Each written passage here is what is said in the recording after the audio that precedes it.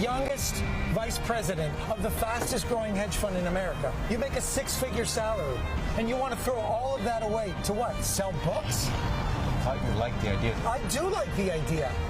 I actually think it's a great idea, but it's not for me.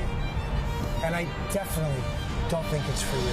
Now, imagine a virtual store. The new biopic Bezos, The Beginning, is set in the mid-90s, an era when Jeff Bezos was merely a very rich hedge fund manager and not yet one of the wealthiest people on the planet. We see him as he tries to build something that will change the future. The director is Quali, and he joins us this morning. Good morning. Good morning. How's it going? Good. Good to have you with us. I think we kind of always assumed that Bezos had money, but he actually had to borrow money to start with. It seemed like such a sure thing when we look back upon it, but at the time, nobody really thought it was. Yeah, no, it was. It was. I don't think people knew that, and I don't think they also knew that his stepfather was also a Cuban immigrant. You know, and I don't think that if he, you know, in the story we will show that it's you know, his stepfather giving him the money, and I think it's truly remarkable to know that that was the case, because if that didn't happen, we might not have seen Amazon what it is today. In that clip that we just showed, is that him pitching his idea for Amazon, like books online, and was that Marcus Lemonis saying, no, it's a bad idea? Yeah, so that's his boss when he was a hedge fund. And the idea was that his team was supposed to be pitching ideas to his boss, and he came up with the book idea, and he was pitching, and his boss said that it's a great idea, but he didn't think it was good for Bezos because he wanted to keep Bezos on his staff. I see. How did the folks that run Barnes & Noble and the like, how did they respond to this as it was emerging? Well, with Barnes & Noble, I think that, well, are we talking about in the movie, or are we talking about based on research?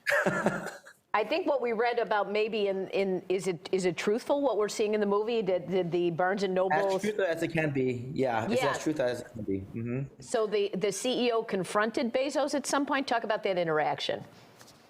Yeah, you know what, this is based on, you know, so we work with these writers, right? And they did a lot of the research and everything else, and we did everything we can to see how true it is. We knew that there was some sort of confrontation, but we didn't know what the extent was. And so part of this is that we had to, we have to also make it entertaining and also forecast, also predict what could have happened during that time. But we knew there was confrontation. We knew that Barnes & Noble did try suing Amazon when they did launch. So I take it Mr. Bezos had no interest in participating in this in any way? I mean, this is an independent movie. Yeah.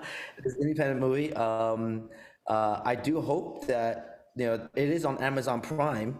But you didn't reach out to try, or did you reach out to try and talk to him to get details of some of this, and he said no? What we did was, we had our producers try to reach out, and that's where I can only leave it as. Okay, but, I see.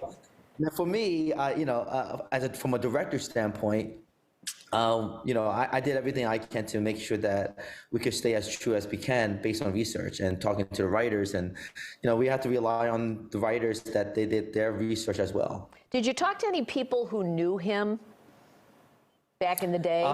No, we didn't. This is all on Google research articles. And when it comes to character development, that's the best we could do.